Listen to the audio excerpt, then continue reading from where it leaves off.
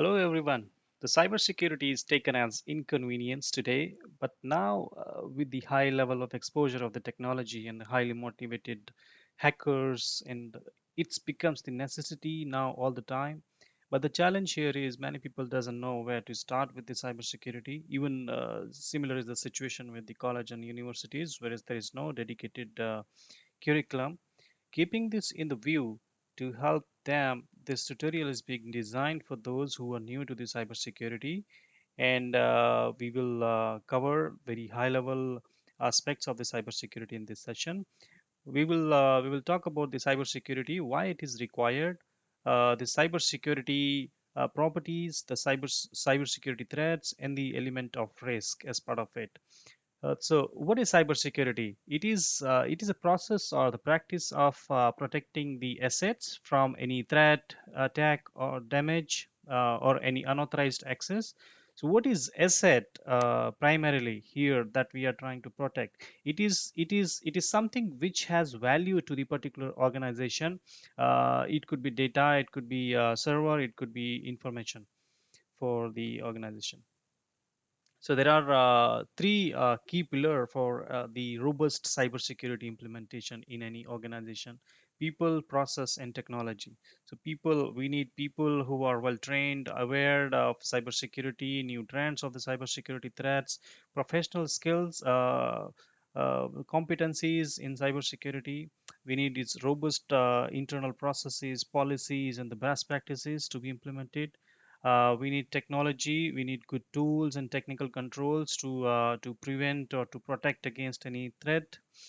Why cybersecurity is needed? So before that, I think one important question is, why hacker hacks? What is the motivation behind it could be anything. It could be ransomware. Ransomware is something where an attacker could get access to your personal data, your bank information, or any official data which has huge value to you or to your organization. But the attacker has locked it, encrypted it, and they need money to give that data back to you. Uh, Insider threat, it could be one of us who's working for the organization, or anybody who is joining this organization with the particular objective. For example, someone is joining the organization, and the agenda of joining is to steal some kind of information, or to have access to the particular the server which has very sensitive information is stored inside. The competition is, every business wants to be on top, and maybe to highlight weaknesses in the competition to remain on top. Cyber war, it is more of a political disruption, targeting some critical servers to hack particular information, very strategical data maybe. So cybersecurity is something which is required to protect your business and information, to ensure it we have compliance and regulations which has to be adhered. There are three security properties of cybersecurity: uh, confidentiality, integrity, and availability. We also call them CIA triad. So these three security properties are required to protect any asset. So we have asset, we need to maintain the confidentiality, we need to maintain the availability, we need to maintain the integrity as well. Because if something is disclosed, it's of no use. If something is tampered, how can we trust that information? If it is not available, then you know it is not accessible, it is not usable by the authorized user whenever they want. It's of no use then. So what happens if there is no such property has implemented? So data is disclosed, data is altered, and the services are destructed. Confidentiality, it is primarily talking about the protecting information from any unauthorized access and the disclosure. For example, the criminal steals the customer's username, password, or the credit card information to misuse them. Integrity, when somebody is trying to send the data to a particular person, and the man in the middle who is trying to intercept this connection and will get the data and will replace it with the wrong data.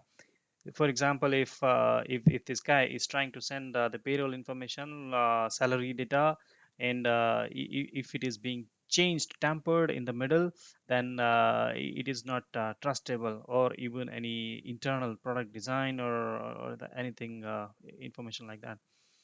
Availability, it is I'll give an example of any e-commerce website where we have thousands of orders which are being received in an hour, and if that particular service is down for hour or two, then can you imagine the loss of the business for in that particular hour or two?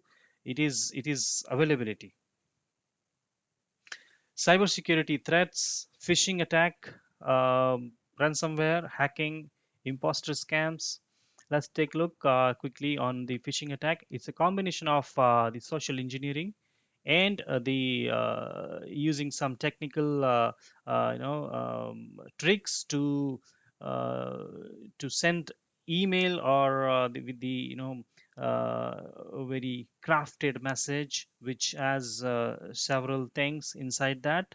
For example, what they do as part of the social engineering, if they want to hack into your bank account, they need to know that which bank exactly you are using, and when exactly you're using.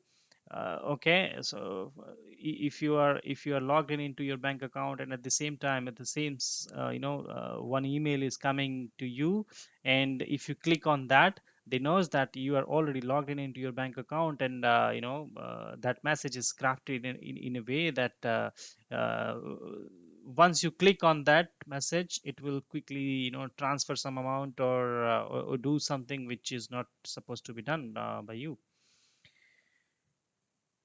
Ransomware, it is the WannaCare is one of the most devastating example.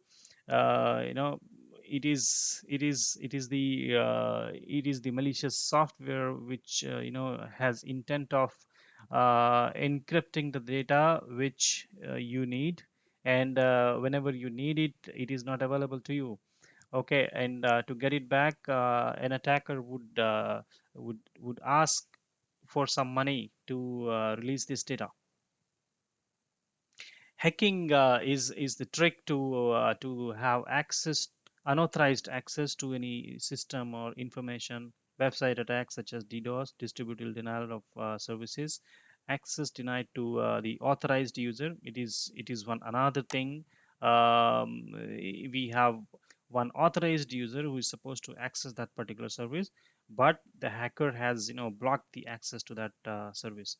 Stolen funds and intellectual property. There are three types of hackers we talk about.